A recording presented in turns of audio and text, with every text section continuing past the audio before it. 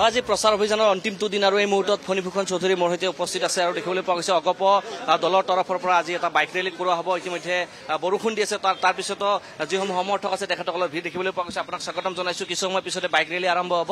প্ৰায় 700 বাইক ইতিমধ্যে আহি উপস্থিত হৈছে বৰপাৰা খেলপথাৰত। প্ৰথম অন্তিম দিন আজি প্ৰচাৰৰ, কি ক'ব? চাওক, অন্তিম দিনত আমাৰ বঙাইগাঁও সমষ্টিবাসীয়ে বিশেষকৈ বঙাইগাঁও বিধান পৰিষদৰ যিসকল আমাৰ যুৱ পৰিষদ আছে আৰু যুৱ পৰিষদে আজি তেওঁলোকে বাইক ৰেলী আয়োজন কৰিছে।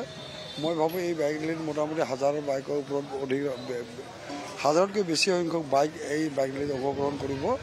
আৰু আমি আপোনালোকক ক'বলৈ পাই সুখী হৈছোঁ যে এই বাইক ৰেলী যিটো বাইক ৰেলী হ'ব এইটো স্বতঃস্ফূৰ্তভাৱে যুৱকসকল ওলাই আহিছে আৰু তেওঁলোকে তাৰমানে নিজৰ খৰচেৰে পেট্ৰল চেট্ৰল ভৰাই তেওঁলোকে ইয়ালৈ এই বাইক ৰেলী তেওঁলোকে সহযোগ কৰিছে।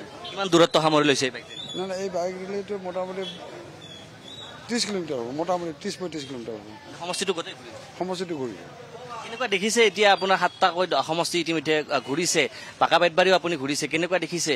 নাই, মই 10টা বিধানসভা সমষ্টি আছে, তাৰ পাকা বেতবাৰী সমষ্টিটো অলপ ব্যতিক্ৰম সমষ্টি, তাৰমানে তাত ধৰ্মীয় সংখ্যালঘু লোকৰে পৰিপূৰ্ণ এটা সমষ্টি। কিন্তু আমি যোৱাকালি তাত পদযাত্ৰা কৰিছোঁ আৰু পদযাত্ৰাত হাজাৰ ৰাইজৰ যিয়ে তাৰমানে তাত অংশগ্ৰহণ আমাৰ লগত আপোনাৰ সহযোগী হৈছে। আমি তাৰ পৰা এই কথাটো অনুভৱ কৰিছোঁ যে পাকা বেতবাৰীৰ নিচিনা সমষ্টিৰ পৰা আমি যথেষ্ট সংখ্যক ভোট লাভ কৰিবলৈ সক্ষম হ'ম আৰু আমি আশ্বস্ত হৈছোঁ যে এইবাৰ এই লোকসভাৰ নিৰ্বাচনত ধৰ্মীয় সংখ্যালঘুৰ লোকৰ যথেষ্ট সংখ্যক ভোট পাম আৰু আমি অভিলেখ সৃষ্টি কৰিবলৈ আমি সক্ষম হ'ম। এই সমষ্টিটো আজিৰ দিনটোত কি ক'ব মনোৰঞ্জন তালুকদাৰ?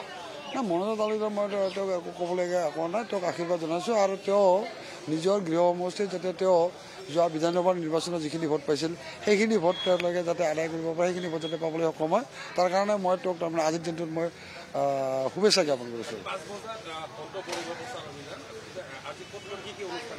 নাই, মই এতিয়া কি কয় মই পাকা বেতবাৰী যাম। এতিয়া পাকা বেতবাৰী এটা সভা আছে, তাৰপিছত তাৰ পৰা আহি মই চিধা ইয়াত তাৰমানে বঙাইগাঁও সমষ্টিত আজি লাষ্ট মই তাৰমানে এটা ফিনিচিং দিম। 3 ঠাইত মানত মই যাম।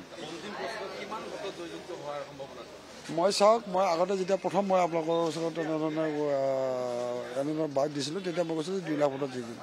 আজিৰ দিনটোত আমি 5 লাখ ভোটত জিকিম বুলি আমি ক'ব পাৰোঁ। কালি মুখ্যমন্ত্ৰী আহিছিল বঙাইগাঁৱত আৰু এইবাৰ মুখ্যমন্ত্ৰী হাতী চিহ্নত নাই, এইটো আমাৰ কাৰণে সৌভাগ্য যে বৰপেটাবাসী ৰাইজৰ কাৰণে বা মোৰ কাৰণে সৌভাগ্য যে মোৰ ভোটাৰ আমাৰ মাননীয় মুখ্যমন্ত্ৰী হিমন্ত বিশ্ব শৰ্মা ডাঙৰীয়া হোৱাৰ ক্ষেত্ৰত মই তাৰমানে নিজকে গৌৰৱ অনুভৱ কৰিছোঁ।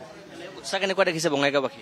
বঙাইগাঁওবাসীৰ উৎসাহ তাৰমানে আদৰণীয় আৰু আমি এই উৎসাহে আমাক যে আগুৱাই লৈ যাব এই কথাটো মই নিশ্চিত হৈছোঁ। ফণীভূষণ চৌধুৰী তেখেত ইতিমধ্যে যি বাইক ৰেলী বৰপাৰা যি ৰাজহুৱা খেলপথাৰ আছে তাত আহি উপস্থিত হৈছিলহি আৰু অগপৰ তৰফৰ পৰা যিহেতু আজি বাইক ৰেলী আছে তেখেত পাকা বেতবাৰীলৈ যাব বুলি ইতিমধ্যে উল্লেখ কৰিছে। আমি দৃশ্য দেখুৱাইছোঁ, বৰষুণ ইয়াত আহিছিল আৰু তাৰ সমান্তৰালকৈ আমি যদি দেখুৱাওঁ তেতিয়াহ'লে দেখিবলৈ পাইছে বৰষুণ আহিছিল, কিন্তু তাৰপিছতো বৰ্তমানৰ বিধায়ক আৰু এইবাৰৰ লোকসভা এমপিৰ তেখেত প্ৰাৰ্থী আৰু এই মুহূৰ্তত আমি পৰিৱেশ দেখুৱাব বিচাৰিছোঁ। যিখন খেলপথাৰ আছে সেই খেলপথাৰৰ দৃশ্য আমি দেখুৱাব বিচাৰিছোঁ। ইয়াত দেখিবলৈ পাইছে ND24ৰ দৰ্শকসকলে যথেষ্ট ইয়াতে বাইক সমাবেত হৈছে। মূলত কথাটো হৈছে যে প্ৰায় 30 কিলোমিটাৰ তেখেতসকলে আজিৰ দিনটোত বাইক ৰেলী কৰিব আৰু বাইক ৰেলী কৰিবৰ বাবে আয়ুষে দেখুৱাই যদি দেখিবলৈ পাইছে প্ৰতিটো অঞ্চলৰ পৰা বঙাইগাঁও সমষ্টিৰ প্ৰতিটো অঞ্চলৰ পৰা এই ধৰণে বাইক তেখেতসকলে লৈ আহিছে আৰু লগত অসম গণ পৰিষদৰ পতাকা সম্বলিত এই ধৰণে ফ্লেগ তেখেতসকলে লগাইছে। আমি দৃশ্য দেখুৱাইছোঁ, প্ৰায় 700-800 বাইক হ'ব ইতিমধ্যে ধাৰণা কৰা হৈছে, হয়তো 1000লৈকে বৃদ্ধি পাব পাৰে। এই ধৰণৰ পৰিৱেশ দেখিবলৈ পোৱা গৈছে বৰপাৰা ৰাজহুৱা খেলপথাৰত আমি দেখুৱাইছোঁ।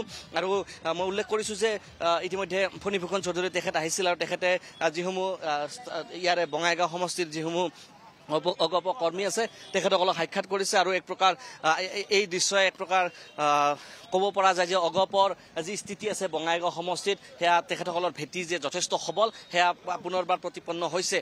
মূলত কথাটো হৈছে যে অগপ আৰু বিজেপিয়ে এইবাৰ এক প্ৰকাৰ বঙাইগাঁও সমষ্টিৰ ক্ষেত্ৰত যথেষ্ট প্ৰচাৰ চলাইছে আৰু এই প্ৰচাৰ তেখেতসকলক যথেষ্ট অগ্ৰগতি দিয়া পৰিলক্ষিত হৈছে। আৰু আজি যিহেতু অন্তিমটো দিন, প্ৰচাৰৰ অন্তিম দিনাও ধন্যবাদ জ্ঞাপন কৰিছোঁ।